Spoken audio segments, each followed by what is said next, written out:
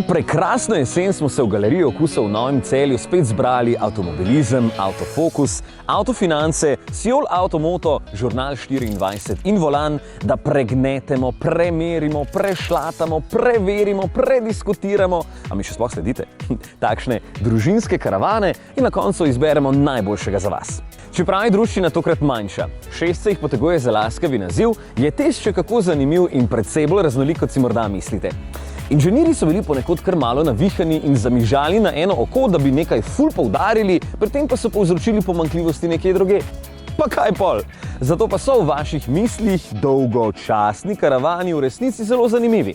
No, najprej smo jih peljali na test porabe, v mesto, nato na avtocesto, na koncu še na regionalko in ugotovili, da se je najbolje odrezal Passat. Ampak treba je poudariti, da so bile razlike med vsemi 6 razmeroma majhne, ker je med najboljšim Passatom, ki je porabil na koncu 109 km kroga 5,4 litra goriva, proti Insignii, ki je porabila 6,3 litra goriva, torej manj kot liter. Kar 3 so bili v decilitru, Mondeo je odstopal s 5,7, ampak na koncu razlika v porabah je tako majhna, da bi izbiral avto na podlagi, kateri porabi manj ali kateri je bolj potraten, v tem primeru odpade. In sledil je najbolj zabavni del testiranja. Slalom na poligonu Centra varne vožnje na Vranskem. Tukaj se zberemo vsi novinarji, da dobimo občutek, kako se obnašajo avtomobili v najbolj skrajnih razmerah in ugotovitve so vedno zelo zanimive. V primerjavi z modernimi SUV se karavani še vedno veliko bolj dinamično vozijo, ima pa vsak avto, kot je bilo pričakovano, nek svoj karakter, tudi Superb pa Passat ponujata malo drugačen občutek za volanom. No? Kakšni so že začeli stopati, mogoče Renault Talisman je kar presenetil z agilnostjo. Ford se mi zdi, da se mu poznajo leta, no? Recimo tako, za Ford je drugače mislimo, da se kar dobro peljejo, večinoma ta je pa malo težaški. Recimo malo me je presenetila Insignia, ki je relativno star model v tem naboru, ampak še vedno se mi zdi, da je vozniško zelo, zelo sprejemljiva.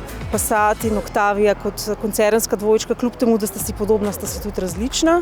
Moram reči, da je Renault me malo presenetil, tukaj se pozna tudi, da imajo sistem 4Control in je posebna razlika. Peugeot je pa v voznih teh spretnostih vedno malo ima svoj pristop že zaradi zasnove tega kokpita vozniškega, ki je popolnoma drugačen kot ostali.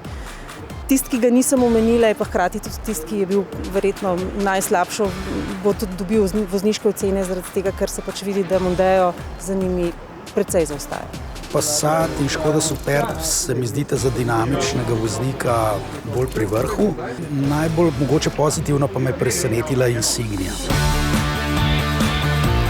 Ja, danes imate vsi raje križance. Mi pa vam na glas povemo, da se prav vsi tule peljejo boljše in da so še kako uporabni. Matej, začni. A smem? Hvala. Po abecedi je tokrat prvi Ford, Mondeo. V Ameriki je to Fusion in tam se je prodajal že skoraj 3 leta, preden je sploh prišel k nam, zato je jasno, da svoje notranjosti ne more držati ravno koraka z najnovejšimi. Čeprav je vmesnik Sync 3 zelo dober in je sama izdelava kvalitetna, je trde plastike malo več kot drugod, okolje pa ne izgleda posebej mondeno. Daleč največja prednost Mondea se pokaže na zadnjih sedežih, ki so med vsemi najbolj udobni, nasploh je počutje tamle zadnji izjemno. Pa prtljažnik, kar 21 cm je krajši od tistega v Superbu, tudi reže za smuči je zelo majhna, en par boste pripeljali, več pa ne, gre pa kolo noter precej enostavno. Model med vožnjo nima več tiste ostrine, ki so imele prejšnje generacije, zaradi česar je seveda bolj udoben, to je itak najbolj pomembno, je pa slalom vseeno pokazal, da se malo bolj nagiba in čeprav nos zavoju lepo sledi, manjka več povratnih informacij. Tudi pri agresivnem zaviranju in izmikanju oviri se je nos malo bolj potopil od pričakovanega in avto ni bil tako miren. Je pa zato Opelova Insignia za začetek pozitivno presenetila pri slalomu. Še ne tako dolgo nazaj so bili vsi Opli pretežki in okorni, tale pa je pri slalomu skoraj kot naša Tina Maze. Podvoz je zelo lepo sledil ukazom preko precej direktnega krmilnega sistema, pri katerem pogrešam predvsem manj umeten občutek.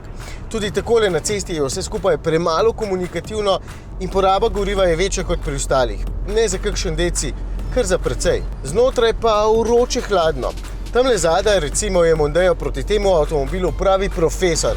Sedeža zadaj sta neudobna, tudi širine je manj kot drugje, med dvema otroškima sedežama recimo samo 23 cm, v kakšnem drugem tekmecu pa tudi 30, kar ni zanemarljivo, ko se bo vmes poskušala stlačiti še tretja oseba.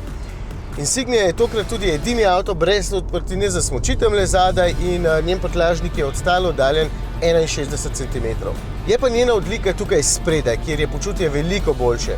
Sedeža sta udobna in ergonomija je tudi zelo dobra, stikal je malo, zato je vse skupaj pregledno in dobri so materiali. Opazili smo, da spredaj pri praktično vseh ne morete stlačiti velike plastenke, recimo v vrata, za ostalo drobnarijo pa je tudi v tem primeru več kot dovolj prostora. Ok, smo že čez prvo tretjino. Urška, a je pri teh avtih tudi pomemben izgled? Ja, pri vsakem avtu je pomemben izgled ali ni. Zdaj odvisno, ne, če se ga kupuje za zasebno rabo, verjetno ima to večji faktor, če gre pa za nek avto, ki je namenjen poslovni rabi, pa mislim, da je to drugotnega pomena, ne, kjer avto je najbolj atraktiven na cesti. Spravi, tam je sam racionalnost pomembna. Ja, veliko bolj kot karkoli drugega. Sigurno racionalnost, pa verjetno potem tudi ta poprodajna podpora. Ne? Definitivno so vozila vse všečnejša, vidi se, da formati vozil rastejo, jih dela tudi to oblikovno bolj mogočne. Tako da jaz mislim, da grejo stvari v zelo zanimivo smer, kar seveda tudi povzroča to, da si vsako leto zaželimo potihem, posebej moški, kakšno novo vozilo. Ne? In katerega med temi 6 bi vi izbrali? Včasih sem že imel Opla in je definitivno zelo zanimiva izbira. Zdi se mi pa, da v zadnjem času je mogoče Peugeot naredil en tak zelo lep oblikovni korak naprej. Seveda ne smemo pa tudi zanemariti v bistvu Škode, ki mislim, da tudi se vidi po tržnem deležu, da delajo zelo pravilne stvari. Ja, tretji kandidat vse stavi na izgled, kar nam je zelo všeč. Res, da je zato manj uporaben, Peugeot 508 je najnižji v tokratni druščini, kar se tudi vidi, je pa zato na pogled najbolj dinamičen. Tudi pri vožnji je to pomenilo, da je med slalomom lepo čepel med stožci in bil presenetljivo miren, majhen in dokaj neposreden volan pa se je pri tej vaji izkazal. Če me slabši občutek na njem moti na cesti, me na poligonu ni, kar je po svoje hecno in zanimivo. Uporabnost, a je važen pri tej hudi obliki. Očitno je. Prtljažnik je poprečno dolg, ampak smo vanj naložili vso merilno kramo.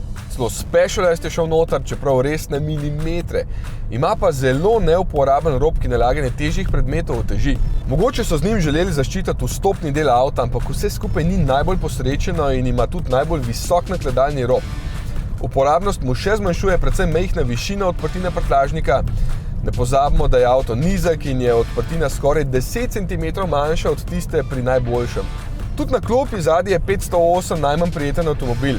Sprednja sedeža sta postavljena tako nizko, da potniki zadaj pod njiju ne morejo postaviti svojih stopal, edini v primerjavi je s to hibo. Vse skupaj je utesnjeno in prostora je malo. Kolega, ki ima nekaj centimetrov več od mene, se je s koleni dotikal sedeža spredaj, z glavo pa stropa. Samo v tem avtu. Tukaj spredaj je seveda vse precej bolje, čeprav namenoma še vedno utesnjeno. Materiali so fantastični in na pogled je okolje vrhunsko, je pa ergonomija s premajhnim volanom, drugače postavljenimi merilniki in s tem ne najboljšim vmesnikom skoraj podpoprečna. Ampak pazi to, kljub temu so se vsi novinarji najbolj grebli za ključe tega avta. A vam to kaj pove? Ja, da imajo Francozi stil. Tudi drugi francoski avto ga ima. Renault Talisman na cesti izstopa s svojimi ogromnimi lučmi. Edini ima štirikolesno krmiljenje, rezultat tega pa je bil zelo zanimiv občutek pri slalomu. Avto je izjemno vodljiv in volan daleč najbolj direkten, seveda po zaslugi zavijanja zadnjih koles. Šibka točka pri vsem skupaj pa je premehko vzmetenje in preveč umeten občutek na volanu. Je pa avto na tem testu celo najmočnejši, lepo prožen in vozniško gledano je Talisman zelo zanimiv avto. Pozitivno nas je presenetil tudi z uporabnostjo prtljažnika. Ima najnižji nakladalni rob in eno največjih odprtin, tudi dolžina prtljažnika je 107 cm in pol med daljšimi. Popotniki, za tiste zadaj ni najbolj udoben, tudi tukaj so stekla manjša kot drugod, vse skupaj deluje v bistvu bolj utesnjeno, kot dejansko je. Prostora za kolena in glave pa je tudi manj kot pri najprostornejših. Spredaj je zadeva seveda drugačna, tukaj je prostora več, sedeža sta dobra, si pa Talisman z Mondejom deli eno hibo glede ergonomije. Tukaj so nekatera stikala postavljena precej nesmiselno, recimo tole za tempomat, ki je zame osebno čisto preveč nazaj in tudi tole tukaj je štorasto, no ta zaslon stikali na dotik tudi ni uporabniško najbolj prijazen, ker moraš vedno pogled odmikati z ceste. Jasno je, da se vsega navadite, ko je avto enkrat vaš, ampak obstajajo boljše rešitve in to se je tokrat fino pokazalo. Andrej, kateri ima najboljši vmesnik? To je kar malo težko oceniti vse skupaj, ampak rekel bi, da je VAG grupa, se pravi Passat in Superb, da sta tukaj mogoče in še Opel Insignia, da so mogoče v rahli prednosti pred vsemi ostalimi. Predvsem je vidno, da so še posebej Passat in Superb, da sta bila pred kratkim prenovljena. To pomeni tudi, da so res ti vmesniki postali že zelo povezani s svetom, vidimo pester nabor aplikacij, avti dejansko postajajo cel čas povezljivi s svetom, kar je vse bolj pomembno in bo gotovo v prihodnosti igralo še večjo vlogo. Kateri pa ima najboljše sisteme za pomoč vozniku? Passat. Najbolj sodoben, najbolj tudi dobro delujejo. Mondeo se pa že poznajo leta. Marsikaterega sistema oziroma veliko sistemov, ki so bili mogoče takrat, ko je bil predstavljen, ko so bili še nekako aktualni. Se vidi, da se je zgodilo že veliko novega. Tudi Euro NCAP recimo je tukaj naredil svoje, recimo Mondeo sploh ne prepoznava niti pešcev še, kar je danes povsem normalen standard. Tako da tukaj se vidi res ta preskok, ki ga avtomobili delajo praktično iz leta v leto. Ok, preden gremo k najbolj pomembnemu delu prime, torej seštevanju točk in potem razglasitvi rezultatov, moramo še malo nafilati baterije. Zdaj v galeriji okusa imajo zunaj polnilnico, tako da električne avte lahko kamot nafilate, mi pa rabimo malo drugačno energijo. Tole je račka, file race, topinambur, krema masla, preveč slasta je, da bi si se zapomnil provati.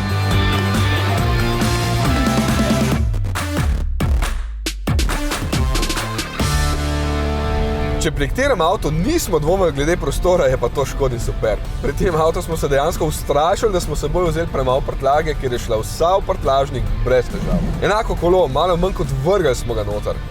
Superb je poleg 508 edini avto tukaj z nakladalnim robom, ampak če je ta tam hiba, je tukaj celo plus, ker je rob samo zato, ker je dno prtljažnika še nižje kot pri ostalih. In to se potem pozna pri litrih, res jih je veliko. Tudi odprtina za smuči je velika in če želite avto za redno družinsko evakuacijo, boljše od Superba ne gre.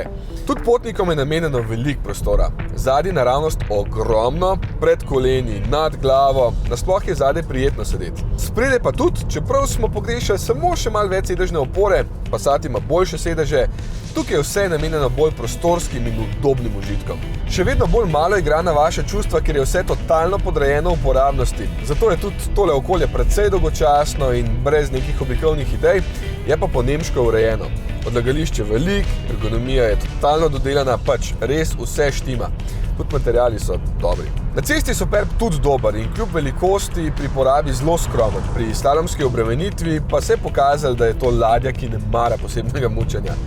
Če boste z njim agresivni, se bo upiral, sem pa opazil, da zelo skrbi za varnost svojih potnikov, ker me je med zelo ostrim zaviranjem na poligonu pas takoj zategnil in avto pripravil na najhujše. Pohvalno. Ja, zanimivo je, da je med vožnjo Passat tako zelo drugačen od Superba. Deluje lahkotneje in okretneje, na cesti je povsem nenaporen in zelo udoben, mogoče malce slabše zvočno zatesnen kot najboljši, ampak vseeno je občutek tukaj znotraj zelo sproščen in motor je tudi zelo varčen. Pri slalomu sem bil navdušen nad tem, kako nos zelo lepo sledi zavoju in tudi pri pretiravanju ostane lepo zasidren na podlagi, prav tako pri zaviranju. Sem pa pri tisti vaji pogrešal malce več mesnatosti na volanu, se mi je zdel kar preveč lahkoten. Passat ima tudi drugi najdaljši prtljažnik v segmentu, tako za Škodo Superb. Za tistim avtom v bistvu ne zaostaja veliko, se pa pozna, da je prtljažnik manj visok, ker dno ni poglobljeno, zato se je rolo komaj zaprl, ko smo van nabasali vso tisto našo kramo. In podoben je tudi, ko boste sedeli tamle zadaj na zadnji klopi. Prostora je veliko, obema smo namenili piko manj za Isofix, ker je najprej treba odstraniti tiste nastavke, ker je malce tečno, pa še potem se nekje valjajo. Med dvema otroškima sedežema je 25 cm prostora, kar je zgolj povprečno, je pa sicer prostor zadaj kar radodarno odmerjen in tudi sedenje je udobno. Za spredaj bi lahko še enkrat isto povedal, kot je Matej pri Superbu, ker je tudi tukaj okolje precej dolgočasno, nič nastopaško, je pa po drugi strani germansko urejeno in ergonomsko odlično. Materiali niso boljši kot v Škodi Superb, če imate še vedno takšno prepričanje, so pa boljši tile sedeži. Sprednja sta zelo udobna in prijetna, ob tem pa še lepše objameta hrbet. Odlagališče veliko vsem pomembnejšim funkcijam so še vedno namenjena fizična stikala, zamer skratka ne more biti. Razen seveda, če je izgled edina stvar, ki vam je pomembna, tale se bo v prometu kar hitro izgubil. Ok, jaz še vedno nisem prepričan. Zato bo mogoče zame najbolj pomembno vlogo igrala cena. Cene teh avtomobilov, sploh če so recimo temu primerno dobro opremljeni, segajo od 32 do 38 tisoč evrov. Moram pa tukaj poudariti, da je tudi ekipo Prima Testa presenetilo, kakšni so razponi. Namreč tudi jaz osebno sem vselej v glavi, da je Ford cenejši od Volkswagena. Sploh ni res. Imel sem v glavi, da je Škoda cenejša od Volkswagena, pa tudi sploh ni res. Te izračuni, ki smo jih delali tudi s pomočjo pogajanja v salonih, so postavili določene stvari na glavo. Pokazali smo, kako enostavno gredo v te ogromne prtljažnike prtljaga, smuči in kolesa, ampak vem, da marsikdo recimo v teh lepo obdelanih in tapeciranih prostorih, tudi jaz sem se sezul, ne bo prevažal umazanih koles, ampak bo raje namestil vlečno kljuko, da bo gor dal nosilce. Kako pa je s tem? Včasih so se vlečne kljuke večinoma uporabljale za prevoz prikolic, zdaj se pa uporabljajo za prevoz raznih športnih rekvizitov, kot so nosilci za kolesa, ki jih lahko montiramo na vlečno kljuko in je potovanje v bistvu veliko lažje in enostavnejše z nosilcem za kolesa, pa še prostor imamo recimo na strehi od vozila za kak potovalni kovček. Strošek kljuke je od 300 do 600 evrov, kompletno za montažo, z vpisom v homologacijo, za vsem, kar je potrebno. Sama montaža traja od 1,5 do 2 ur. Pri vseh teh karavanih v bistvu nameščene kljuke sploh ni problem, ker ima avto že tako predpripravo določeno mesto od proizvajalca avta, kjer mora biti kljuka privita na avto in pač tega se držimo in potem se kljuka tam zmontira. Tule imajo že vse točke na kupu in so pripravljeni na seštevanje. 17 novinarjev iz 6 uredništev je kar 2 tedna vse testiralo, ocenjevalo, primerjalo, da bomo na koncu dobili tako objektivno oceno in skoraj so že pripravljeni na ta razburljivi trenutek. Ampak prej še moram jaz tole pojesti. Se bojo počakali.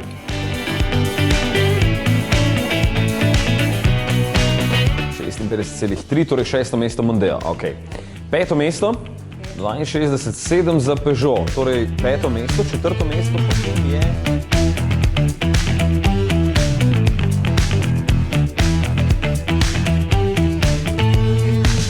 Torej, na koncu 1. mesto Passat. To je to. To je to. Najboljše, kar lahko kupite v Sloveniji, če želite velik družinski karavan. Mislim, da ni presenečenje posebno. Nekako smo kar vsi pričakovali, pač ko uporabljaš avto dlje časa, vidiš, da je pravzaprav na vseh področjih zelo dober. In to, kot smo že pri vseh naših preteklih testih ugotovili, se vedno nekako pokaže tudi na koncu z rezultatom. Mislim, da je zasluženo. Mislim, da je pokazano na vseh področjih, da je res zelo močan, da se dobro pelje, da je zelo moderen, kar se tiče raznih pripomočkov za voznika in da je tudi res prostoren avto. Menim, da je zmaga Passata pričakovana, ker se je izkazal kot dobro uravnotežen avto na vseh področjih. Če se postavim v kožo povprečnega Slovenca, me ni čisto nič presenetil. Tam, kjer pa bojo odločala čustva, pa bi znali biti drugačni. Passat je pač slovenska vedno bila najbolj priljubljena izbira v tem segmentu. Gre za klasiko, gre za zlato jajce Volkswagena, ki je spet dokazal, da je težko, da mu kateri pridejo blizu. Najbolj varčen, cenovno med ugodnejšimi, zelo prostoren, najnovejši, z odličnimi asistenčnimi sistemi. Tako da kot paket mu težko sploh oporekamo kakšno pomanjkljivost. Ampak kot vedno, spet enim ni všeč oblika, bi radi imeli takšno, drugim ni všeč menjalnik DSG, bi radi imeli klasičen avtomatik, vse zato pa je toliko avto na trgu, da lahko izberete tistega, ki je vam najbolj všeč. Verite pa, da nobeden od testiranih avtov ni slab. Vse priporočamo, ampak na koncu mora en zmagati, ne?